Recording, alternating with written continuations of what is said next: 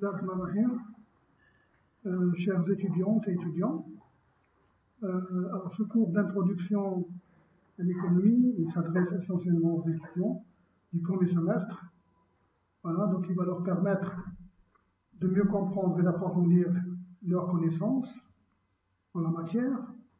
C'est un cours qui s'inscrit parfaitement dans le cadre de l'utilisation des nouvelles technologies, plutôt des technologies de l'information et de la communication.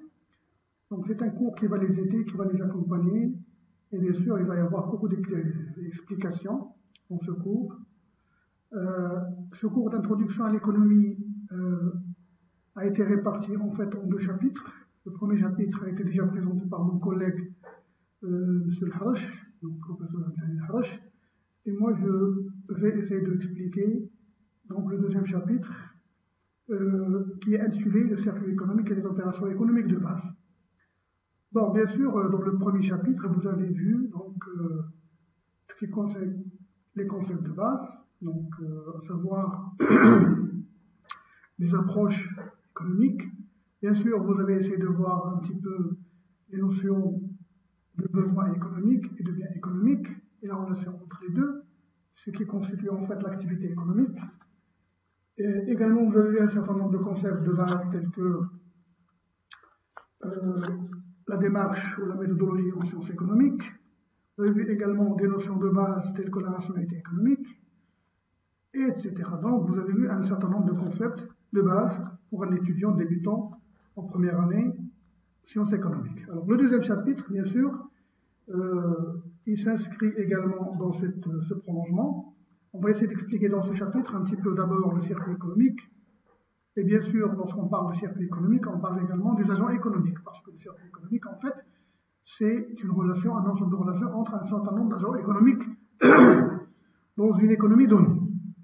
Et bien sûr, les agents économiques qu'on va essayer de présenter sont au nombre de 5. Et également, les agents économiques, ils font un certain nombre d'opérations économiques qu'on va essayer d'expliquer également tout à l'heure. Savoir bien sûr l'opération de production, l'opération de consommation, de répartition, etc. D'accord ? Donc on va commencer d'abord par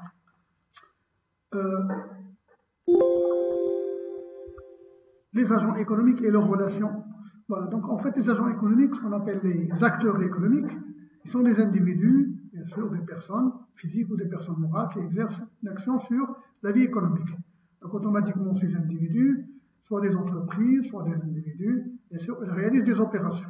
Alors bien sûr, ces opérations peuvent être la consommation, la production, peuvent être également l'épargne, etc. Donc il y a plusieurs types d'opérations qui sont réalisées par ces agents économiques. Alors, parmi les agents économiques qu'on peut recenser, il y a les ménages, il y a les entreprises, les sociétés financières, l'État, qu'on appelle l'administration publique, et le reste du monde, ce qu'on appelle également l'extérieur. Alors l'extérieur, c'est le reste du monde avec lequel on a des relations. Alors, commençons d'abord par les ménages. Alors les ménages, bien sûr, lorsqu'on parle des ménages, leur fonction principale, c'est la consommation. En fait, la consommation, c'est la fonction principale, mais également, il peut y avoir d'autres fonctions, bien sûr, pour les ménages. D'accord ? Alors, le ménage, c'est une personne, d'accord, qui peut, par exemple, bien sûr, produire, qui peut également épargner, peut réaliser d'autres opérations. Mais la fonction en économie, on considère que les ménages, ils ont pour fonction principale la consommation. Bien sûr, pour pouvoir consommer, on a besoin de salaire, on a besoin de revenus. Les revenus des ménages, bien sûr, ils peuvent provenir de 3 sources. D'abord, des revenus du travail, les revenus du travail qui sont directement liés au salaire, au traitement, aux honoraires pour les professions libérales. Bien sûr, également, deuxième type de revenus, les revenus de la propriété et de l'entreprise, tels que, bien sûr, le fait de posséder quelque chose, ça vous permet justement d'avoir un revenu, tel que le loyer, les intérêts pour le cas, bien sûr, de l'argent que vous déposez, des capitaux que vous épargnez. Également, lorsque vous avez acheté des actions, automatiquement, vous allez recevoir des dividendes en tant que revenus. Également, il y a ce qu'on appelle les revenus de transfert aux revenus sociaux, tels que les retraites, les pensions, les allocations familiales, etc. Et bien sûr, on peut trouver également d'autres revenus sociaux, tels que les bourses d'études. Ça, c'est ce qu'on appelle, bien sûr, les revenus qui proviennent des ménages. Alors, bien sûr, l'utilisation de ces revenus, automatiquement, c'est pour la consommation des biens et services. Hein. Bien sûr, sur la base de ce revenu, automatiquement, il y a des prélèvements qui sont réalisés par l'État. Hein. Prélèvements d'impôts, les cotisations, etc. Donc, il y a un certain nombre de prélèvements sur le salaire, sur votre revenu brut. Et puis, bien sûr, vous avez votre salaire net que vous consommez en partie et bien sûr que vous épargnez en partie. Donc, il y a une partie consommée et une partie épargnée. Voilà en fait ce qu'on peut appeler la fonction principale ou les ménages. Donc, en fait, si on peut récapituler, donc les ménages, hein, ce sont des acteurs qui ont une fonction principale, la consommation. Et la consommation, en fait, en économie, c'est ce qu'on appelle la fonction de demande. Hein, parce qu'en économie, il y a, en économie plutôt, lorsqu'on parle de l'activité économique, hein, il y a essentiellement deux pôles, la fonction de demande et la fonction d'offre. La fonction de demande, c'est les ménages, bien sûr, qui demandent et qui consomment pour pouvoir, bien sûr, tirer l'économie vers le haut. Alors, deuxième agent économique, c'est les entreprises. Alors, la fonction principale des entreprises, c'est la production et, bien sûr, la vente des biens et services marchands sur le marché. Donc, automatiquement, lorsqu'on parle des entreprises, automatiquement, il y a plusieurs secteurs dans les entreprises, hein, secteur textile, secteur agroalimentaire, secteur métallurgique, secteur sidérurgique, etc. Donc, il y a plusieurs secteurs en économie. Alors, les entreprises, bien sûr, la fonction principale, c'est la production de biens et de services.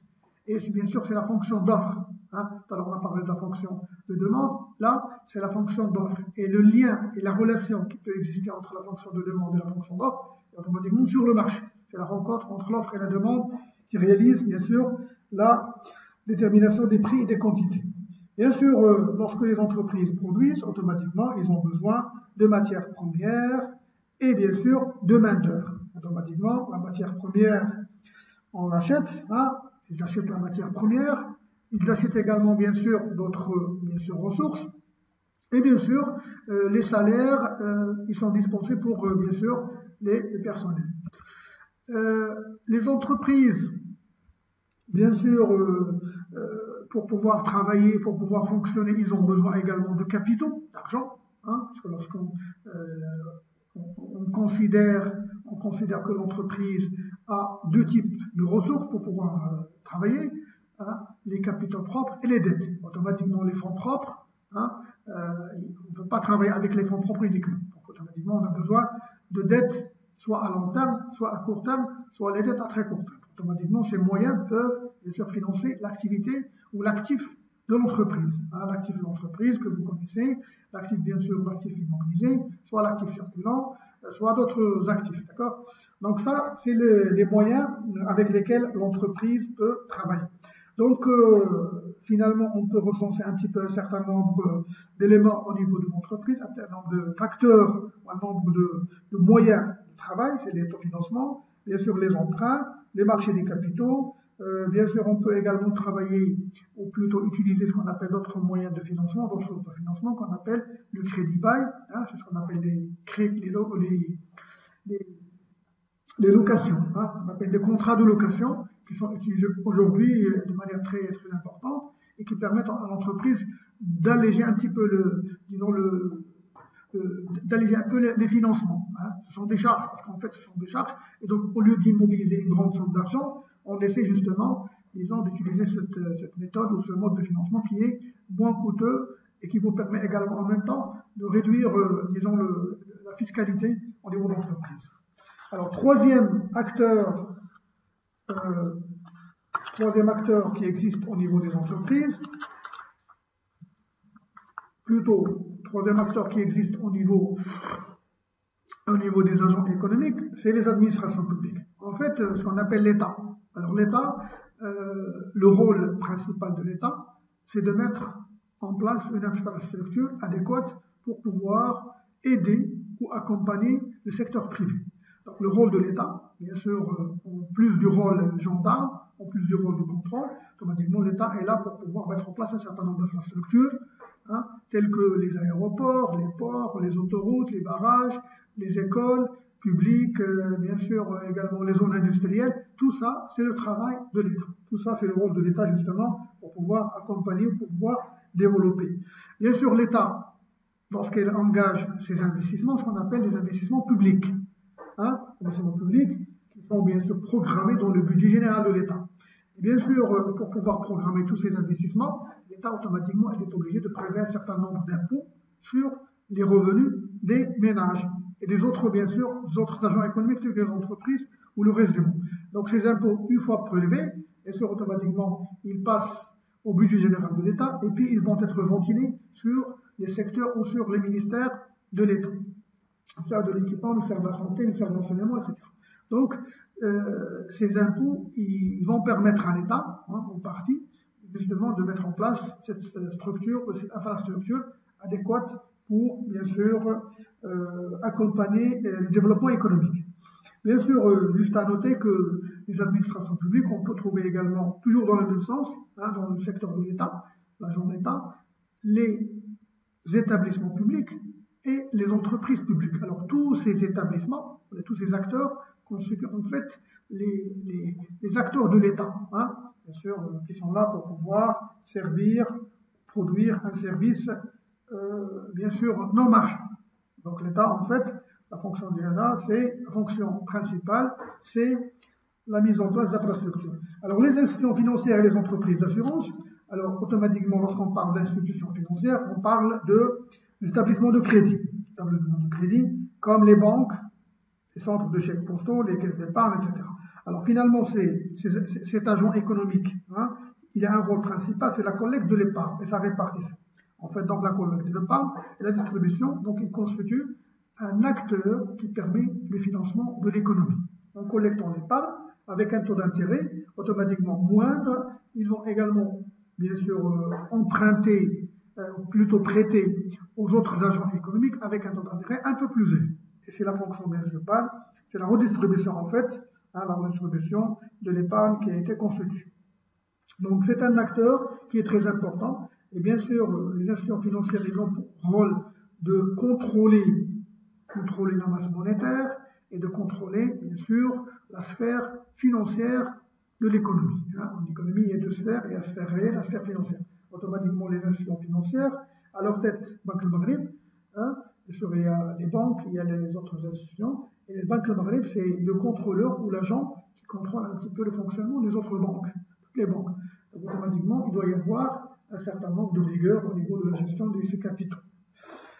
Et finalement, le dernier agent économique qui est le reste du monde, automatiquement, dans une économie ouverte, on est obligé de travailler, on est obligé de coopérer et justement d'avoir des relations avec l'extérieur. L'extérieur, ce sont les pays avec lesquels on a des relations d'importation et d'exportation. Donc, on importe des produits et bien sûr, on exporte d'autres produits. Et finalement, c'est un agent économique. En fait, on ne peut pas parler d'un agent économique, mais en fait, c'est un acteur avec lequel l'économie a des relations très importantes. Et ces relations constituent en fait un indicateur, qui s'appelle la balance de paiement. Donc automatiquement, si je prends le cas du Maroc, nous avons une balance de paiement déficitaire. Pourquoi? Parce qu'on importe beaucoup plus qu'on exporte, automatiquement, la balance est déficitaire. Et donc pour pouvoir justement équilibrer, il faut essayer d'exporter plus dans la mesure du possible. Voilà donc en fait les agents économiques ou les acteurs économiques qui ont un rôle très important dans l'activité économique. Alors passons maintenant à un deuxième volet, ce qu'on appelle la représentation de l'économie nationale dans le circuit. D'accord? Donc le circuit économique, en fait, c'est un ensemble de relations. C'est une représentation qui est très simplifiée de l'activité économique d'un pays. Donc pour pouvoir représenter cette activité économique, bien sûr, entre les agents économiques, on a besoin d'un schéma. Mais le circuit économique ne peut pas représenter de manière très développée, très précise, les relations qui existent entre les différents agents économiques. Donc finalement, lorsqu'on parle d'un circuit économique, c'est un schéma qui est très simplifié de l'activité économique. Donc on essaie de représenter la relation entre les entreprises, entre les ménages, entre le secteur financier, entre l'État et entre, bien sûr, le reste du monde qui est l'extérieur. Donc, alors bien sûr, si on peut prendre par exemple la relation uniquement intra-entreprise, c'est une relation tellement compliquée parce qu'il y a beaucoup d'entreprises il y a beaucoup de secteurs d'activité, beaucoup de branches, et automatiquement, il y a des relations entre les branches d'activité, entre secteurs, par exemple, textile, la métallurgie, etc. Donc, finalement, si on voudrait représenter l'activité économique, c'est vraiment très difficile de la représenter. Donc, le circuit économique, il va nous donner un schéma très, très simplifié de l'activité économique. Bien sûr, on peut le représenter de deux manières, soit par les flux, bien sûr, monétaires, soit par les flux réels. Donc, il y a deux manières de représenter le flux monétaire et le flux réel. Donc, voilà. Donc, ça, c'était un petit peu les fonctions que j'avais expliquées tout à l'heure, donc les agents économiques. Alors, bien sûr, ici, le circuit économique, donc les flux physiques, voilà. Donc, ici, les flux physiques, automatiquement, c'est des biens tangibles, c'est des services entre les entreprises, les particuliers. Bien sûr, les flux monétaires et les flux financiers, ils constituent la circulation de la monnaie et des créances entre les entreprises, donc les flux monétaires. Donc, je ne peux pas représenter un flux physique et un flux monétaire. Donc, soit on prend un schéma avec les flux physiques, soit on prend un schéma avec les flux monétaires. L'essentiel, c'est de représenter un circuit économique avec l'un ou l'autre des flux. Voilà. Donc, par exemple, ici, nous avons un circuit économique très simple, qu'on avait présenté aux étudiants, justement, qui met la relation entre les ménages et les entreprises. Ça, c'est un circuit économique très simple. Automatiquement, on a pris les entreprises dans son ensemble, en tant qu'agent économique, et on a pris les ménages. Alors, automatiquement, les entreprises, ils ont besoin de main-d'œuvre, de travail, qui est fourni en fait par les ménages, et en contrepartie, ces ménages, ils vont recevoir, bien sûr, un salaire, un revenu. Avec ce revenu, bien sûr, ils vont pouvoir le dépenser en termes de biens produits par les entreprises. Donc, finalement, c'est une boucle fermée entre les ménages et les entreprises. Voilà. Donc, on peut le représenter par des flux financiers, pas par des flux réels. Donc, ça dépend, bien sûr, du genre. Donc, finalement, c'est un schéma qu'on peut représenter de manière très simple. Également, on peut prendre également un autre cas, la relation entre les ménages et, bien sûr, le secteur financier, l'institution financière.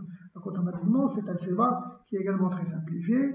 Automatiquement, les banques, bien sûr, ils vont verser, ils vont recevoir d'abord de l'épargne de la part des ménages, ils vont leur verser des intérêts, et bien sûr, également les entreprises, à leur tour, les entreprises, bien sûr, financières, ils vont, bien sûr, donner aux autres ménages, bien sûr, des prêts avec des intérêts qu'ils vont également payer. Donc, c'est une relation très simple entre deux agents économiques. Bien sûr, on peut également s'amuser à faire d'autres relations entre les ménages et bien sûr le reste du monde, entre les entreprises et le reste du monde en termes d'importation et d'exportation. Donc, finalement, il y a plusieurs types de relations qu'on peut essayer d'expliquer. Voilà. Donc là, on a essayé d'expliquer un petit peu cette relation. Les ménages, les entreprises versent des salaires.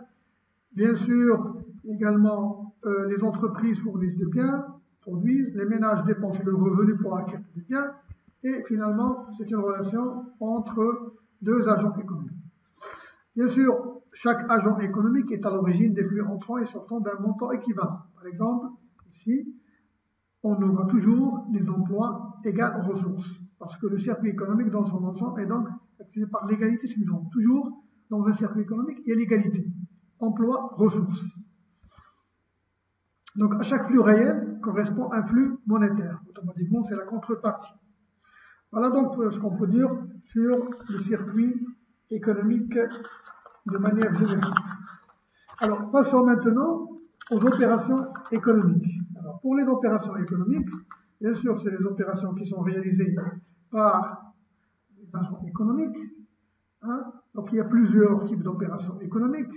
Et l'opération économique qui constitue un peu la base de l'activité économique, ou en fait de la vie économique, ou de la roue économique, c'est la production. En fait, la production, c'est une opération qui est très importante et qui permet justement de mesurer plusieurs indicateurs macroéconomiques, à savoir le PIB, produit intérieur brut, la croissance et d'autres indicateurs. Mais le plus important lorsqu'on parle de la production, on la mesure avec un indicateur qu'on va voir tout de suite, c'est le PIB, produit intérieur brut. Alors, la production, bien sûr, correspond à l'activité de création de biens et de services destinée à satisfaire des besoins individuels ou collectifs. Bien sûr, il faut souligner que la production ne peut être réalisée que par des investissements. Donc, en fait, avant la production, il y a des investissements qui sont à la base. Des investissements qui sont publics, des investissements qui sont privés, nationaux, ou des investissements privés, bien sûr, internationaux. Donc, finalement, la production ne peut être réalisée que par des investissements. Mais la production, bien sûr, elle va permettre la réalisation de biens et de services qui vont permettre la satisfaction des besoins des individus. Alors, les formes de production qu'on peut trouver, il y a des productions qui sont marchandes, automatiquement, ils sont vendus sur un marché, avec ce qu'on appelle la loi de l'offre et de la demande, et une production non marchande. La production marchande, elle correspond à des biens et des services qui sont avec des prix de marché.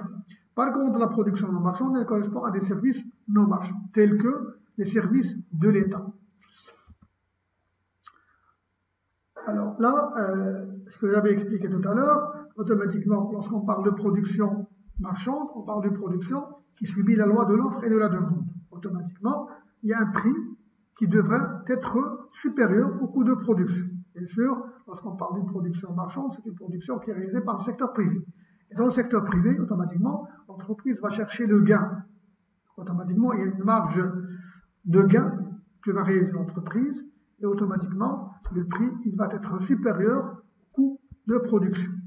Par contre, la production non marchande, ce sont des services qui ne se vendent pas sur un marché. Ceux qui sont offerts surtout gratuitement ou presque gratuitement, tels que le service administratif, enseignement, etc. Donc il y a un certain nombre de services qui sont fournis par l'agent économique qui est l'État et qui sont soit gratuites, soit quasi gratuites. Alors, les secteurs de l'économie, toujours par rapport à cette opération économique qui est la production, on distingue un certain nombre de secteurs économiques. Le secteur économique, il regroupe toutes les activités d'entreprise exerçant la même activité principale. Et là, on distingue bien sûr le secteur primaire, l'agriculture, les mines, la pêche, l'extraction minière, etc. Secteur secondaire, c'est le secteur de l'industrie, donc la transformation.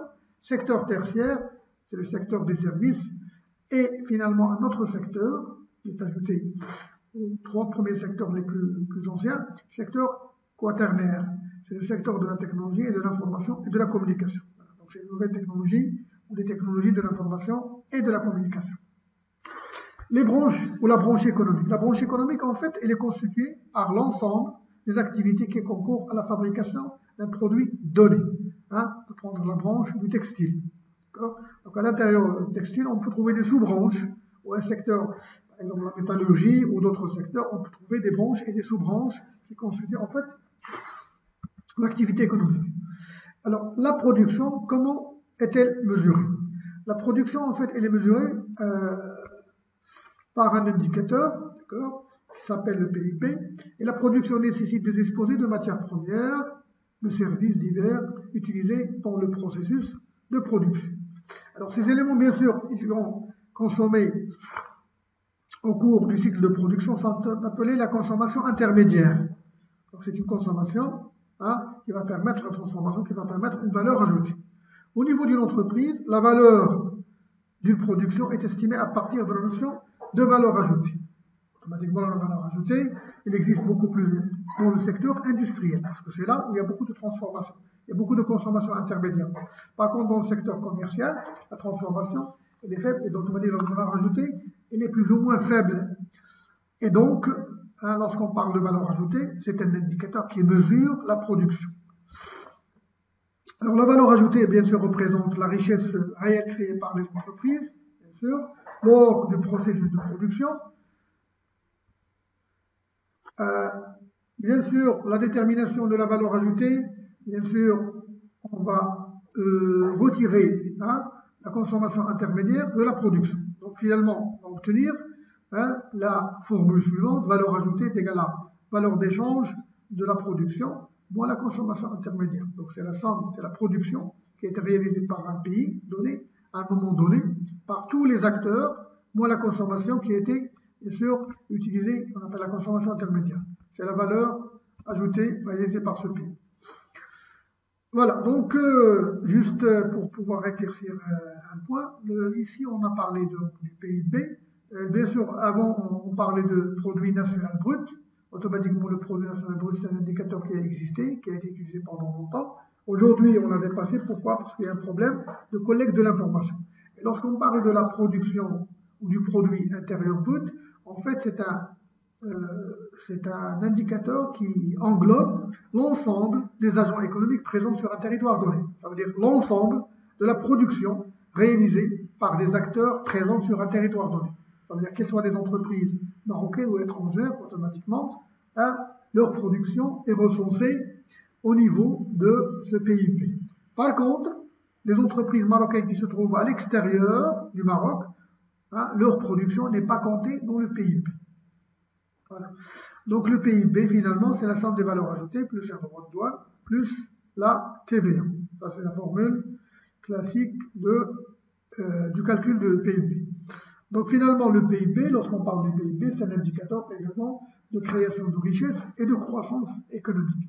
La croissance économique, c'est un facteur très important, c'est un indicateur économique qui est souvent utilisé par les gouvernements pour montrer qu'il y a une création de richesse, qu'il y a bien sûr un développement économique, et automatiquement, le PIB, c'est l'indicateur qui permet justement de mesurer cette richesse et cette croissance économique. Alors, les limites de la mesure de la production par la comptabilité nationale, bien sûr, les agrégats de production présentent certaines limites. Pourquoi? Parce qu'il y a plusieurs limites, plusieurs raisons qui expliquent que le PIB ne peut pas mesurer vraiment la production réelle d'un pays. Par exemple, la non-évaluation du travail des femmes au foyer. Donc, c'est une production, c'est un service que les femmes réalisent chez eux, et automatiquement, au niveau du PIB, au niveau de la comptabilité nationale, on ne recense pas, disons, le travail qui est réalisé par les femmes. Deuxièmement, les activités informelles. Donc, le secteur informel, c'est un secteur qui échappe, bien sûr, et du calcul du PIB. Donc, le secteur informel ou les activités informelles, automatiquement, c'est des activités qui ne sont pas déclarées, qui ne sont pas patentées. Donc, on ne les intègre pas dans le calcul de la comptabilité nationale. Donc, tout ce qui est charret, tout ce qui est, etc., les gens qui vont de l'informel, ce qu'on appelle l'activité souterraine. Donc, tout ça, c'est des activités qui sont informelles. Alors, les activités productrices, illicites, bien sûr, les stupéfiants et tout ça, en fait, c'est des activités qui produisent, il y a une production, il y a une richesse, il y a une répartition de revenus, il y a un revenu, mais finalement, la production dans ce cas n'est pas comptabilisée au niveau du PIB. Voilà donc pour ce premier élément, ce premier axe des opérations économiques, dans les opérations économiques, qu'on appelle la production. Donc bien sûr, c'est l'opération la plus importante, c'est l'opération qui permet justement, c'est le moteur. En fait, on peut parler du moteur de l'économie. Donc sans production, il n'y a aucune activité économique. Alors automatiquement, lorsque la production est là, il s'ensuit qu'il y a une deuxième activité, une deuxième opération économique, qui est la répartition. En fait, la répartition, c'est la répartition des salaires qui est liée à cette production.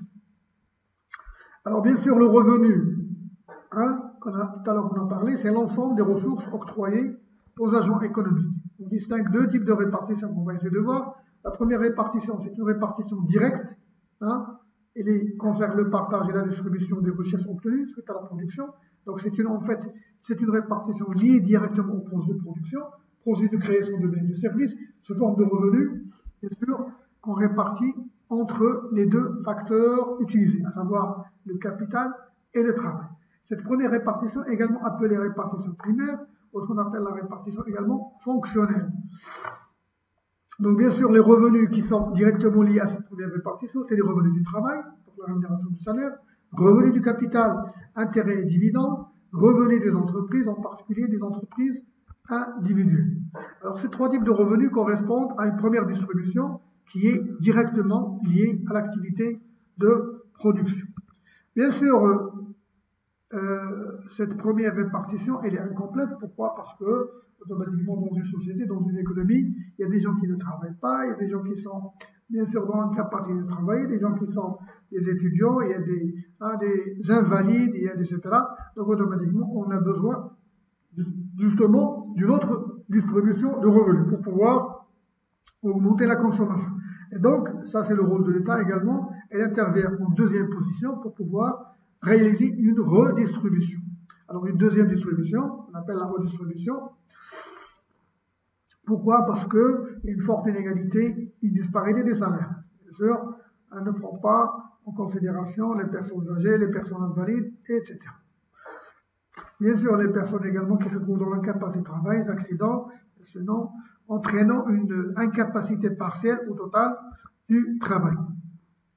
Voilà, donc finalement, on trouve ici deux types de répartition secondaire, les transferts et les services collectifs. C'est ce qu'on appelle la répartition secondaire.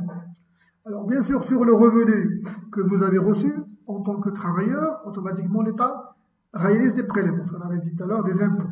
Automatiquement, grâce à ces impôts, que l'État, les impôts, bien sûr, ils permettent à l'État justement de réaliser ces infrastructures et de faire une redistribution en deuxième position.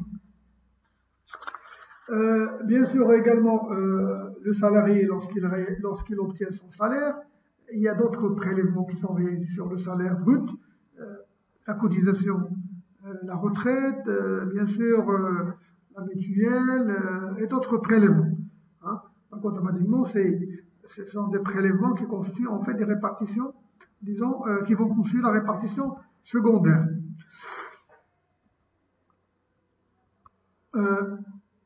Alors bien sûr, dans un second temps, il y a divers organismes qui vont effectuer de manière sélective des versements aux personnes ayant subi des dommages. Alors bien sûr, ces organismes, tels que la CNSS, la Caisse nationale de sécurité sociale, il y a bien sûr la Caisse marocaine de retraite, la Caisse interprofessionnelle marocaine de retraite, la CIMER, et d'autres bien sûr organismes tels que les assurances qui vont pouvoir bien sûr redistribuer ce qu'on appelle des transferts sociaux. Donc ça, c'est une répartition secondaire qui permet en fait de compléter la première répartition, à savoir la répartition primaire, pour pouvoir bien sûr réaliser un maximum de consommation. Voilà donc en fait la deuxième composante des opérations économiques qui est la répartition. Alors troisième composante importante, une opération économique importante, qui vient juste après la répartition, c'est la consommation. Bien sûr, la répartition, elle donne lieu à deux éléments.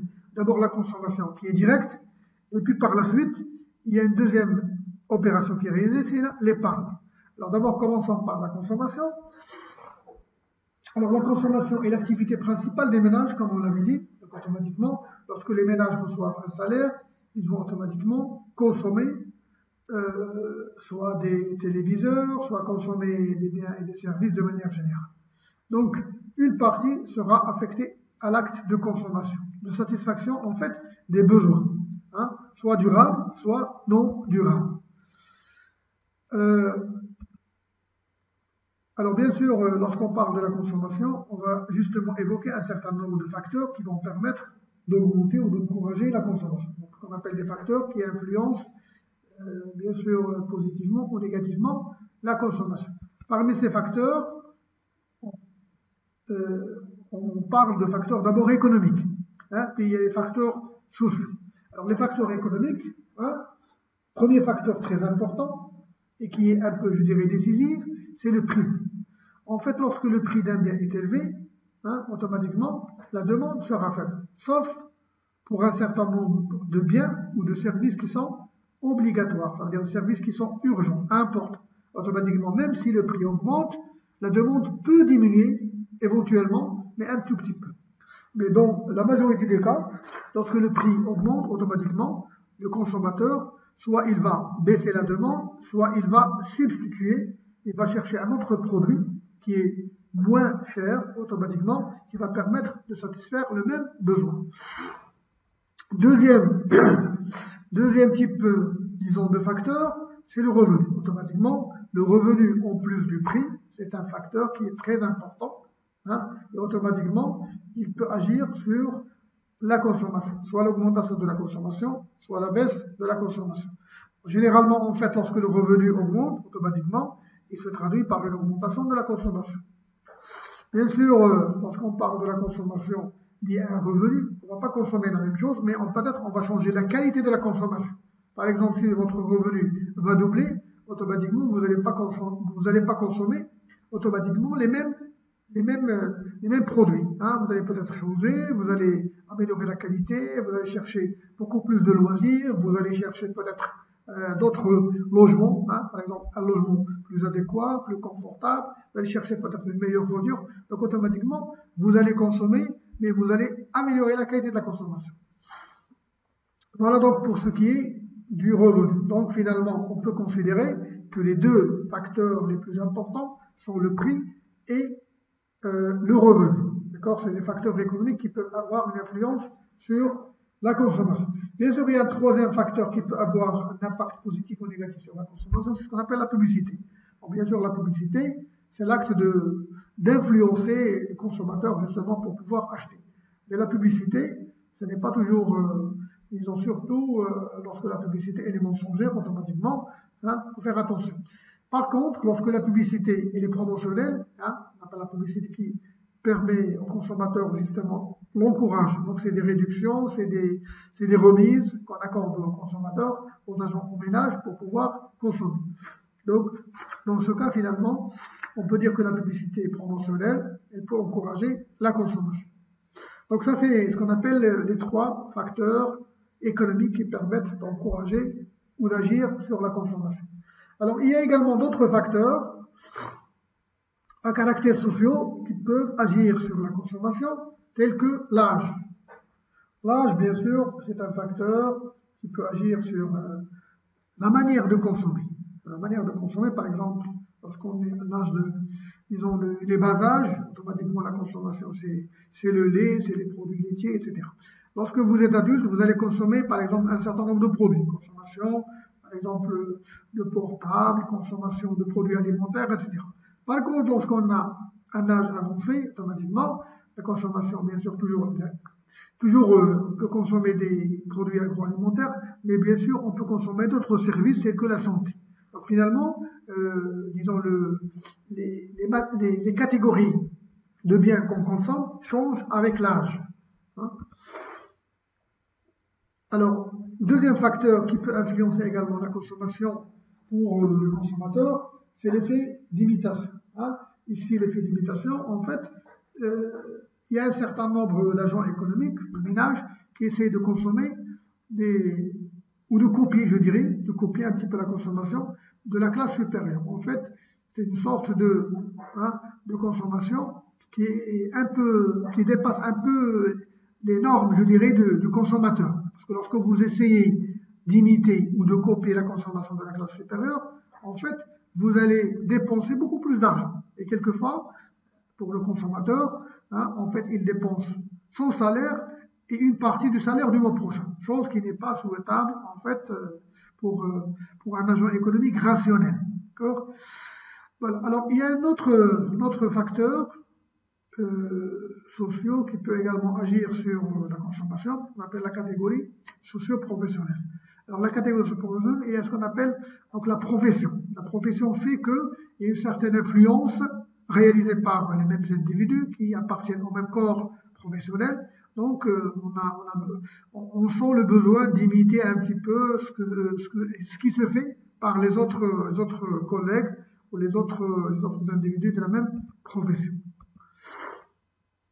Voilà en fait un petit peu la consommation qui est en fait une composante très importante et qui constitue en fait un pilier dans l'activité économique. Alors bien sûr la consommation elle varie en fonction d'un certain nombre de facteurs comme on l'a expliqué. Bien sûr on peut mesurer bien sûr cette consommation, ce qu'on appelle la fonction de demande, on peut mesurer cette élasticité de la demande par rapport à plusieurs facteurs tels que le revenu par ce qu'on appelle l'élasticité de la demande par rapport au revenu.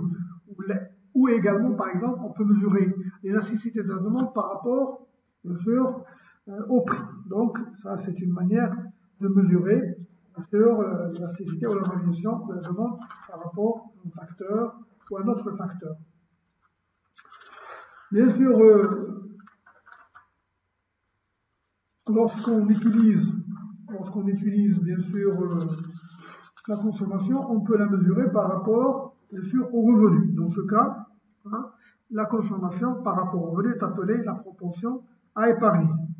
Hein. Également, la proportion à épargner peut être le rapport ou le pourcentage, hein, de la consommation par rapport au revenu. Ça veut dire dans un revenu donné, est-ce qu'on va consommer 80% ou 20% ou 30%?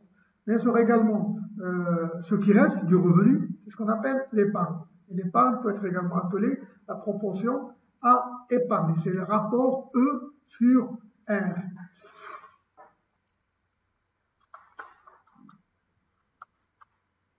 Alors bien sûr, il y a d'autres éléments, hein, concernant la consommation. Selon toujours l'auteur Angel, il a proposé soi-disant, je dirais, une certaine élasticité, qu'on appelle la mesure de l'élasticité par rapport à un certain nombre de produits. Et là, bien sûr, il a essayé de montrer que, par exemple, pour un certain nombre de biens, l'élasticité, elle décroît, hein, par rapport aux autres produits. Bien sûr, la quatrième opération économique de base, hein, c'est l'opération d'épargne. Hein. Donc, je rappelle que la première opération la plus importante, c'est la production. La deuxième opération, c'est la consommation. C'est la répartition, pardon. Troisième opération, c'est la consommation. Et automatiquement, à partir de là, il y a une partie qui est épargnée. Et l'épargne, en fait, elle correspond à la partie du revenu disponible des ménages qui n'est pas consacrée à la consommation. Donc l'épargne, en fait, peut être considérée comme étant une partie de votre revenu qui va être consommée ultérieurement. Et là, l'épargne, on peut trouver deux types d'épargne. Une épargne financière et une épargne non financière. L'épargne financière, c'est ce qu'on appelle de la liquidité, et des valeurs mobilières, des assurances vie. Une épargne non financière se forme d'investissement immobilier. Bien sûr, l'épargne peut être écrit sous la forme arithmétique suivante. L'épargne, c'est le revenu, moins ce qui a été consommé. Bien sûr, l'épargne peut être nulle dans le cas d'un revenu faible, comme l'épargne peut être importante dans le cas de revenus très élevés. Alors, l'auteur très connu en macroéconomie, s'appelle Jean-Maynard Keynes, présente trois motifs de l'épargne. Le premier motif de l'épargne, c'est un besoin de liquidité. Le besoin de liquidité, il constitue en fait une réserve qui permettra l'achat d'un bien ou de service dans l'avenir. Donc un besoin de liquidité, ça veut dire tout simplement, j'aurai besoin ultérieurement de l'argent, de liquidité, pour pouvoir acheter un bien ou un service. Donc c'est une raison, c'est un motif qui permet à l'agent économique, justement, de mettre de l'argent de côté et d'épargner. Alors il y a un deuxième besoin qui a été toujours proposé par Keynes, un besoin de sécurité. Justement, pour pouvoir se prémunir contre les risques de maladie, de chômage, etc., l'individu peut également mettre de l'argent de côté. C'est ce qu'on appelle une raison ou un motif de précaution. Ça veut dire par précaution, je vais mettre de l'argent en cas d'accident, etc. J'ai de l'argent pour pouvoir couvrir ces incidents. Et troisième raison qui pousse l'individu à épargner également, c'est un besoin patrimonial. Ça veut dire pour pouvoir développer son patrimoine, ça veut dire son actif patrimonial. L'individu peut également, bien sûr, améliorer son patrimoine en faisant des économies. Surtout, dans ce cas, c'est l'investissement dans l'immobilier.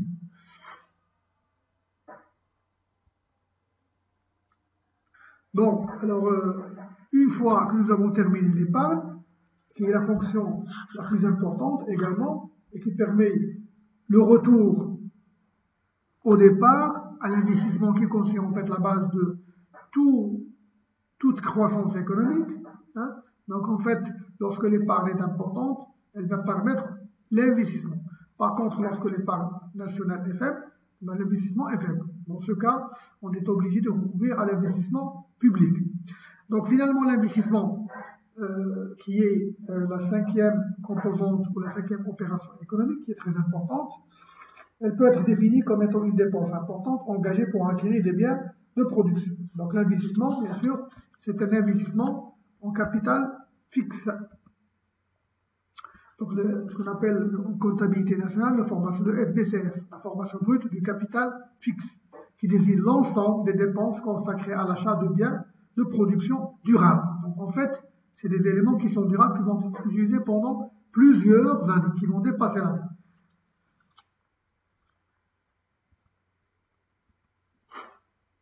Elle comprend, donc l'investissement, il comprend l'ensemble des dépenses effectuées par les branches marchandes et les branches non marchandes. Donc les branches marchandes, ça veut dire les branches secteur privé, et les branches non marchandes, ça veut dire les branches du secteur public. Elle comprend également les dépenses des grandes entreprises, ainsi que la valeur des biens incorporés à ces biens. Alors bien sûr, l'investissement, automatiquement, il a un objectif. Donc automatiquement, c'est de permettre la production, qui constitue la base de toute l'économie.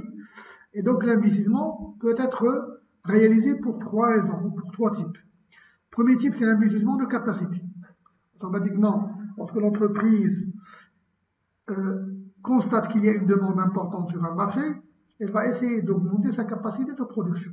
Donc, en fait, l'augmentation de la capacité, c'est par l'investissement dans des nouveaux sites, dans des nouvelles entreprises, bien sûr, dans de nouvelles possibilités d'accroître la production. Et donc, on appelle ça une augmentation ou un investissement de capacité ou d'augmentation de la capacité. Deuxième type d'investissement qu'on peut trouver également dans les entreprises, l'investissement de remplacement. L'investissement de remplacement peut être réalisé également pour plusieurs raisons. Lorsqu'en fait, les machines ou les matériaux utilisés par l'entreprise sont obsolètes, sont usés, ils ne fonctionnent pas, ou dans le cas où, bien sûr, les investissements ou les machines qui sont utilisées sont de technologie faible, c'est-à-dire de technologie un peu dépassée. Donc, automatiquement, dans ce cas, l'entreprise va essayer de chercher à les remplacer. Troisième type d'investissement qui peut être réalisé par l'entreprise, c'est l'investissement de productivité. L'investissement de productivité, il consiste à remplacer une machine devenue obsolète, dépassée par la technologie surtout. D'accord ? Pourquoi ? Parce que lorsqu'on augmente la productivité, automatiquement, on augmente le rendement. Et le rendement peut être réalisé soit en termes machine, soit en termes individu. Ça veut dire il faut investir dans la nouvelle technologie, dans les nouvelles technologies de high-tech, justement, pour pouvoir améliorer le rendement de la machine. L'objectif, c'est pouvoir produire, améliorer le processus de production et augmenter le volume de production avec le minimum de coûts. Alors l'investissement ne peut être réalisé justement par les seuls moyens de l'entreprise. D'accord ? L'entreprise peut dans ce cas recourir à d'autres modes de financement de l'investissement. Et ces modes de financement, bien sûr, peuvent être autres que les fonds propres de l'entreprise, à savoir les dettes à long et moyen terme. Donc là, c'est un tableau qui va récapituler un petit peu les modes de financement des entreprises. Donc soit des sources internes, automatiquement c'est l'autofinancement, soit des sources externes, à savoir bien sûr les emprunts, soit des financements externes par augmentation du capital. Donc bien sûr le choix de l'augmentation du capital ne peut être réalisé que si le marché poussé est favorable. Sinon, on passe par le financement externe qui est l'emprunt. On appelle les emprunts auprès des établissements de crédit. Sinon, il y a une quatrième possibilité, qui en fait constitue une pratique très, très utilisée aujourd'hui, dont on a parlé tout à l'heure, c'est le crédit bail ou le leasing. Voilà. Donc le crédit bail, ça constitue en fait un moyen qui permet à l'entreprise justement de louer la machine et de l'utiliser, bien sûr en payant une redevance annuelle ou mensuelle, et bien sûr au lieu d'immobiliser une grande somme d'argent. Voilà donc les opérations économiques. Alors bien sûr, pour réaliser ces opérations économiques, bien sûr nous avons besoin d'un moyen qui constitue un outil moderne, hein, qui a été bien sûr développé, innové, et bien sûr, il y a bien sûr l'emprunt. C'est ce qu'on appelle la monnaie. La monnaie, en fait, elle joue un rôle d'intermédiaire des échanges entre les économies. Donc c'est un rôle fondamental, hein, qui est joué par la monnaie. Pourquoi, par exemple, dans le passé, la monnaie n'existait pas, hein. La monnaie n'existait pas. En fait, on utilisait un système de troc, un système d'échange produit contre produit, hein. Donc ça, c'est une méthode très difficile à gérer, très difficile à réaliser, et bien sûr difficile à mesurer, parce que là, il y a le problème de la mesure de la valeur du bien qui se pose. Et automatiquement, pour pouvoir éviter ou faciliter les échanges commerciaux entre les pays ou à l'intérieur des pays, on a introduit une notion qui s'appelle la monnaie. Donc c'est un moyen de paiement dans une économie donnée, et à un moment donné, qui représente en fait la masse monétaire. Alors, la fonction de la monnaie, on distingue trois fonctions principales de la monnaie. D'abord, la monnaie est un instrument des échanges. Ce qu'on avait dit tout à l'heure, donc il permet les échanges, il facilite les échanges, c'est un service d'intermédiaire dans les échanges. Bien sûr, il dépasse le système ancien qui s'appelle le système troc. Deuxième élément, la monnaie est une unité de mesure de la valeur. Donc, la monnaie facilite la mesure de la valeur. Pourquoi? Parce que directement, on a le prix où les prix des biens sont exprimés en monnaie. C'est l'équivalent universel. Donc le numéraire, automatiquement, on a une valeur exacte. Troisième élément, la monnaie est un instrument de réserve de valeur. Bien sûr, à part sa fonction principale, sa fonction d'intermédiaire dans les échanges, la monnaie peut servir de réserve de pouvoir d'achat. En fait, lorsqu'on conserve la monnaie dans son patrimoine, en fait, les agents économiques, ils ont un actif, hein. Il peut se caractériser par sa liquidité. Donc c'est l'actif le plus disponible, bien sûr, qui est présent et qui peut, bien sûr, permettre aux consommateurs ou à l'agent économique de manière générale, bien sûr, de réaliser des dépenses. Alors les formes de la monnaie qui existent, il y a en fait trois formes de monnaie. La monnaie divisionnaire, qui s'appelle la monnaie métallique, pièce d'or en argent émise par le trésor et émise en circulation par Banque de Marley. La monnaie fiduciaire qui s'appelle la monnaie papier, qu'on appelle les billets de banque, et la monnaie scripturale, donc, qui est créée par le jeu d'écriture, ce qu'on appelle bien sûr les chèques, les effets de commerce, et finalement il y a un autre moyen qui a été développé ces dernières années, qu'on appelle la monnaie électronique ou la monnaie monétique. On appelle les cartes de crédit, les cartes guichets, les cartes prépayées, etc. Donc c'est des moyens également aujourd'hui qui sont très développés, qui permettent justement de payer sans passer par la monnaie fiduciaire ou la monnaie scripturale. Voilà en fait les différentes formes de la monnaie qui existent. Alors le point suivant, c'est les marchés. Alors les marchés, en fait le marché, comme il a été toujours expliqué, c'est un lieu qui est abstrait en fait, c'est pas un lieu concret et qui permet la rencontre entre la fonction de demande et la fonction d'offre. Donc bien sûr le marché il représente l'ensemble des relations économiques entre les acheteurs et les vendeurs. Donc il permet les échanges.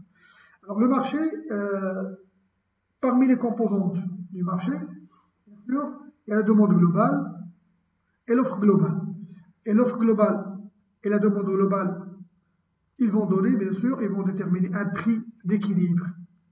Un prix d'équilibre et une quantité, bien sûr, sur ce marché. Donc vous avez là deux fonctions, une fonction d'offre qui est ascendante, croissante, et une fonction de demande qui est décroissante, et la rencontre entre les deux, elle va déterminer le prix et la quantité, bien sûr la quantité souhaitée par les acheteurs et le prix équivalent. Donc tout marché est caractérisé par un bien économique, bien sûr qui est l'objet de l'échange, qui est l'objet, bien sûr, l'objet qui va être échangé par les offreurs et les demandeurs. Le marché est également caractérisé par les activités économiques de l'échange, par la fixation des prix et des quantités, et bien sûr, dans les marchés, on peut distinguer plusieurs types de marchés. Il y a d'abord les marchés des biens et des services, marché du travail, marché des capitaux, etc. Alors pour ce qui est du marché des biens et services, les biens échangés en fait sont les biens et les services qui sont dispensés par les entreprises. Alors le prix est déterminé bien sûr par cette relation d'offre et de demande et qui donne le prix du marché ou le prix du bien et du service. Dans le marché du travail, les biens échangés, c'est le travail qui est fourni par le salarié et la contrepartie, le prix, c'est le salaire, c'est la récompense, c'est la contrepartie du travail de l'ouvrier ou, disons, de la main-d'œuvre. Le marché des capitaux, il y a les capitaux qui sont échangés. Automatiquement, il y a l'offre de capitaux et la demande de capitaux. Et la relation entre les deux, ça détermine le taux d'intérêt. Donc le prix des capitaux, c'est le taux d'intérêt. Automatiquement, le taux d'intérêt débiteur ou le taux d'intérêt créditeur. Les déterminants d'une structure de marché, parmi les déterminants d'une structure de marché, la détermination du prix et de la quantité, l'équilibre. Il dépend bien sûr de la structure de marché. D'abord, le nombre et la dimension des offreurs et des demandeurs. Ça, c'est bien sûr un élément très important, en fonction du nombre d'offreurs et du nombre de demandeurs, que se détermine la structure du marché. Est-ce que c'est un marché monopolistique? Est-ce que c'est un marché de monopole? Est-ce que c'est un marché pur et parfait? Etc. Donc l'atomicité, c'est le premier élément, la première dimension. Donc lorsqu'on a un grand nombre de très faibles, un grand nombre d'entreprises de très faible dimension, c'est le marché de la concurrence pure et parfaite. Pourquoi l'atomicité? Parce que les entreprises sont de petite taille. Et automatiquement, ici, ils sont presque pareils, donc automatiquement, ils sont identiques et les quantités ou les produits qu'ils offrent, ils sont identiques. Et dans ce cas, on peut parler de marché de concurrence pure et parfaite. La qualité du produit également. Donc, l'homogénéité, tous les biens sont identiques. Dans ce cas, lorsqu'on parle de l'homogénéité, automatiquement, on parle du marché concurrence pure et parfaite. Un autre mécanisme également, notre élément, c'est les mécanismes d'entrée et de sortie du marché. Donc, automatiquement, lorsqu'on parle des mécanismes d'entrée et de sortie du marché, ça veut dire est-ce qu'il y a une fluidité ou est-ce qu'il y a une opacité? Ça veut dire est-ce que vraiment il y a des barrières ou absence de barrières dans le marché. Le système d'information, il détermine surtout le problème de la transparence de l'information. Parce que le système d'information, c'est l'information qui peut être accessible sur un marché. Exemple, on suppose en microéconomie que sur le marché de concurrence pure et parfaite, l'information est disponible chez tous les agents économiques. Donc, il s'agit ici d'une transparence importante qui permettra, bien sûr, la disposition ou la mise à disposition de l'information chez tous les acteurs qui vont prendre les décisions identiques. Alors, typologie des marchés en fonction du nombre d'intervenants. Alors, le critère le plus souvent retenu pour établir la typologie des marchés est le nombre de demandeurs et d'offreurs. Donc, en fonction du nombre de demandeurs et d'offreurs, qu'on va déterminer cette typologie des marchés. Et là, vous avez donc ce tableau qui montre un petit peu cette typologie qui présente 9 types de marchés. Donc d'abord, on prendra le cas de la concurrence, lorsqu'on a beaucoup d'offreurs et beaucoup de demandeurs. On peut prendre également le cas du monopole, lorsque vous avez un seul offreur face à beaucoup de demandeurs. Et bien sûr, nous avons d'autres types de marchés, tels que le monopole bilatéral, lorsque vous avez un offreur et un demandeur. Et on trouve bien sûr l'oligopole lorsque vous avez quelques offreurs avec beaucoup de demandeurs. Donc ici, on distingue deux critères qui vous permettent de présenter la typologie du marché, à savoir le nombre des offreurs et des demandeurs.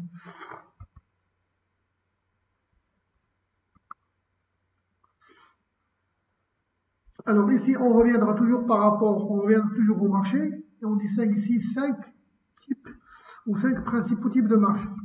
D'abord, le marché des biens et services dont on a parlé tout à l'heure. Alors bien sûr, sur ce marché, les consommateurs ils vont acheter aux entreprises des biens et des services. L'offre et la demande vont être confrontées pour déterminer le prix et bien sûr la quantité. Le marché des biens de production, ils permettent aux entreprises de se rencontrer pour acheter et vendre les machines, équipements qui leur serviront à produire. Le marché du travail. Bien sûr, le marché du travail, il y a l'offre de travail bien sûr, qui est réalisé par les ménages, et tous les agents sont des demandeurs. Cette confrontation va permettre de déterminer ce qu'on appelle le taux d'emploi, ou le taux de chômage, et en partie le niveau des salaires. Donc ça, c'est un marché, bien sûr, qui va permettre la rencontre entre les demandeurs de travail et les offreurs de travail, qui va permettre, bien sûr, de déterminer les salaires. Le marché des capitaux, donc automatiquement, c'est un marché financier dans lequel il y a les demandeurs de capitaux et les offreurs de capitaux. Alors, ceux qui demandent des capitaux, automatiquement, vont payer des intérêts. Et ceux qui vont offrir des capitaux vont, bien sûr, également demander des intérêts qui doivent être, bien sûr, plus importantes.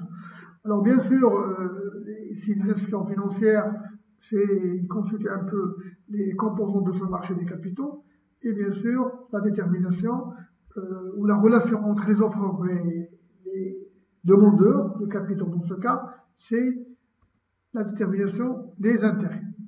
Le marché d'échange, en fait, c'est le marché, il permet d'échanger la monnaie nationale contre la monnaie étrangère. Donc, c'est le marché, en fait, des devises qui va permettre, cette relation entre la monnaie nationale et la monnaie étrangère qui va déterminer le taux de change.